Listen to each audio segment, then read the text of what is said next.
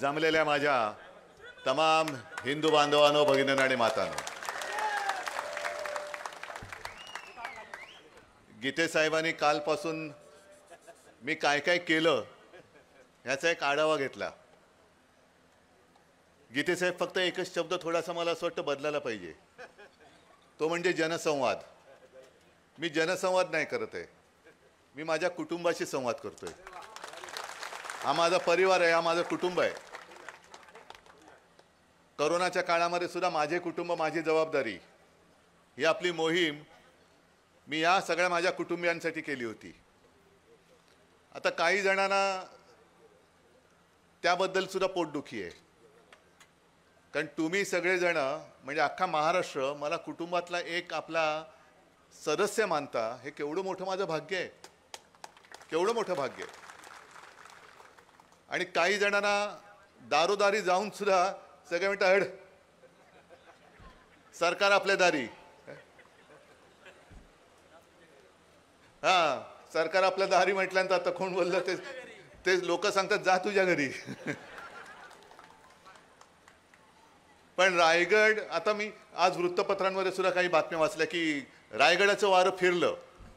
रायगडाचं वारं असं फिरणार नाही. रायगडाच्या वाऱ्याने मोठमोठी सरकार फिरवून टाकलेत, उलथापालथ करून टाकलेले. दिल्लीला आग्र्याला झुकवणारा हा रायगड आहे. आणि जसं आता तुम्ही उल्लेख केला की ही नरवीर तानाजी मालुसरेंची भूमी आहे, संतांची वीरांची, संतांची आणि वीरांची अशी भूमी आहे. आता या वीरांच्या भूमीमध्ये आधी लगीन कोंडाण्याचं, जीव गेला तरी 72, पण मी माझ्या महाराजांचा आदेश मोडणार नाही, भगवा फडकवणार म्हणजे फडकवणारच. त्या तानाजी मालुसरेंची भूमी आणि त्याच भूमीमध्ये झेंडा बाजूला नॅपकिन फडकवणारे खूप झाले. बरं, दुर्दैव असं आज मंत्री होणार, उद्या मंत्री होणार, परवा मंत्री होणार, स्वप्नातले पालकमंत्री, नवीन नवीन जॅकेट शिवली ती जुनी झाली, नवीन नवीन नॅपकिन घेतले ते घामाने भिजले, पण मंत्रीपद काय मिळतच नाही. आता काय करायचं त्यांच्यासाठी? पण त्यांना माहिती नाही की ही जी भूमी आहे ती गद्दारांची भूमी नाही आहे, अजिबात नाही आहे. म्हणजे या रायगडचं वैशिष्ट्य असं की जिथे शूरवीर जन्माला आले, निष्ठावंत जन्माला आले, त्याच रायगड जिल्ह्यामध्ये रायगड जो किल्ला आहे त्याच्यावरती गद्दारांना टकमक टोक दाखवणारा सुद्धा रायगड याच जिल्ह्यात आहे, म्हणून या जिल्ह्याचं नाव रायगड.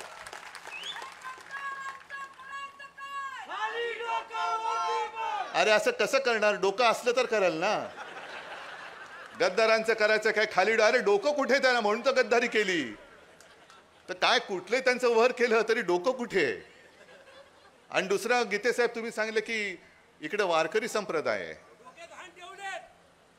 वारकरी संप्रदाय आहे.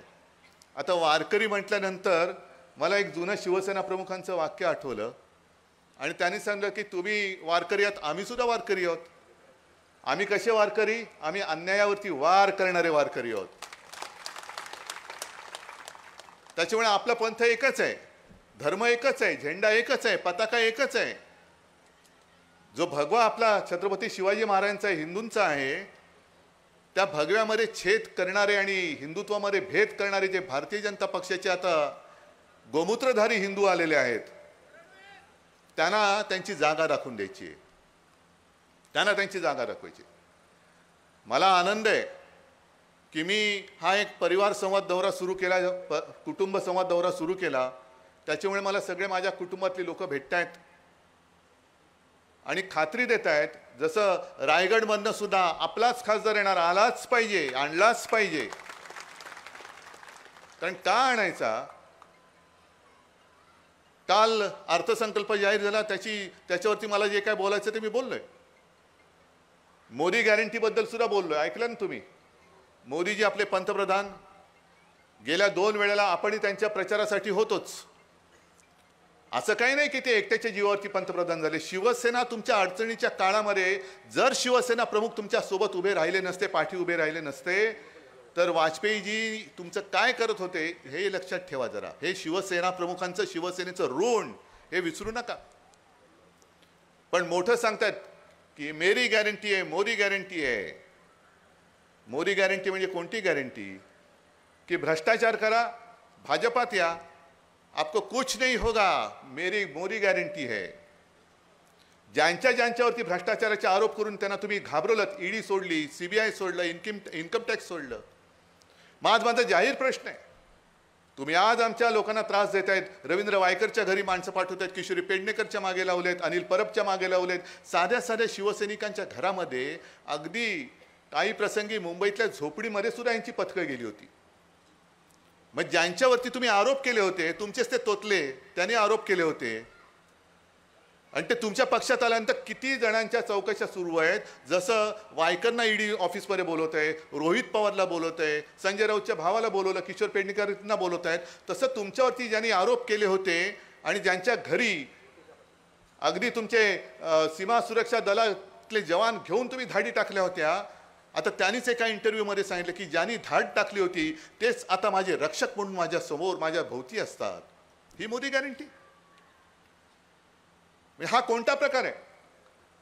भ्रष्टाचार मी निर्मूलन करणार. भ्रष्टाचार म्हणजे जेवढे भ्रष्टाचारी आहेत ते भाजपात घेत आहेत. बघा झाले की नाही भारत स्वच्छ, सगळे पक्ष भ्रष्टाचार मुक्त झाले. कारण जेवढे भ्रष्ट तुमच्या पक्षात होते ती मी माझ्याकडे घेतले.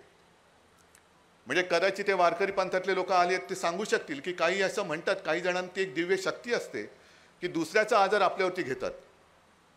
तसं हे दुसऱ्याचा भ्रष्टाचार स्वतःवरती घेतात आणि त्यांना पावन करून टाकतात. वॉशिंग मशीन ही मोदी गॅरंटी. मग 10 वर्ष झाली तुम्हाला. 14 साली तुम्हाला काय काय योजना दिल्या होत्या? जनधन योजना, ही योजना, ती योजना, उज्ज्वला योजना. त्यातल्या किती योजना पूर्ण झाल्या? ती मोदी गॅरंटी आम्हाला दाखवा. जल जीवन मिशन किती पूर्ण झालं? उज्ज्वला योजना किती? तुम्ही ग्रामीण भागातल्या महिला पण आहेत ना इकडे, किती तुम्हाला? मला खरंच आनंद होईल की सगळ्या जणांनी हात वर केला की होय आम्हाला याचा लाभ झाला, तर मला खरंच आनंद वाटेल. उज्ज्वला योजनेचा लाभ किती जणींना झाला मला हात वर करून दाखवा. तुम्हाला झाला लाभ? उज्ज्वला योजना लाभ झाला तर वर करा हात, नसेल झाला तर नका करू. मग कुठे उज्ज्वला योजना? इकडे शेतकरी आलेत, शेतकरी आहेत की नाही? पीक विम्याचे तुम्हाला किती फायदा झाला हात वर करून सांगा. पीक विमा मिळतोय? आपत्तीकालीन जी काय मदत, अवकाळीची मदत झाले या सरकारने केले? बरं, मी मुख्यमंत्री असताना जी इथे संकट किती होतं, कारण मला कल्पना आहे हा किनारपट्टीचा जो भाग आहे तिकडे संकट मोठं होतं, पण इतर वेळेला जे काय आपत्ती आली आणि जी मदत आपल्या सरकारने जाहीर केली होती ती मिळाली होती की नव्हती?